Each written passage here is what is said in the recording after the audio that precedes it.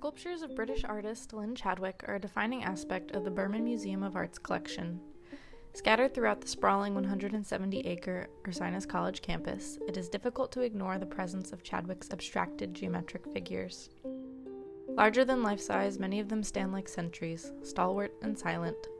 Formless in the ways we concretely identify subject, it can be difficult to qualify the emotional resonance of the work. Their abstracted bodies other them from reality. Without eyes, mouths, hands, and other human qualities, they feel foreign, yet still similar enough to compel close looking. As noted by the Berman's former curator, Ginny Collick, in her essay for the exhibition, Tiger, Tiger, Lynn Chadwick and the Art of Now, Chadwick's sculptures fluctuate through time, looking both like statues of the ancient world or alien life forms dropped on this planet from another one. Lynn Chadwick was working alongside a generation of post-World War II British sculptors known for their use of welded iron in abstracted forms. Past scholarship generally interprets his sculptures under the phrase, the geometry of fear, coined by critic Herbert Reed at the 1952 Venice Biennale. In each fold, harsh line, bloated body standing on thin legs, many saw the portrait of a generation reckoning with the destabilization following 6 years of war. However, such interpretations perhaps ignore Chadwick's intuitive process and personal conceptualization of his work. Not seeking to make any sort of political statement, Chadwick was fascinated by form, material, and manipulation. He saw himself as less of a creative or artist and more as a maker. It was not the artist giving idea to the sculpture. Instead, the sculptures took on expressive characteristics on their own as consequence to their creation.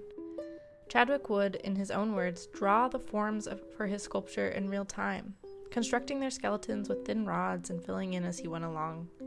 As Chadwick stated himself for a 1955 exhibition catalog, I do not always analyze my work intellectually. When I start to work, I wait till I feel what I want to do, and I know how I am working by the presence or lack of rhythmic impulse. Muriel and Philip Berman stewarded a relationship with Chadwick in the early 80s, eventually collecting over 140 works by the artist, forming the largest collection of his work in North America. The Bermans firmly believed the presence of sculpture to be essential to a learning environment. The more time spent with a Lynn Chadwick sculpture, the lighter the works become, shedding their intimidating air. There is a real playfulness to their structures and often a togetherness as well.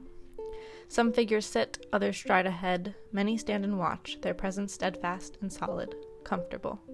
Even gender becomes an exploratory question in these pieces, with no signifiers besides differing head shapes and chest and torso curvatures.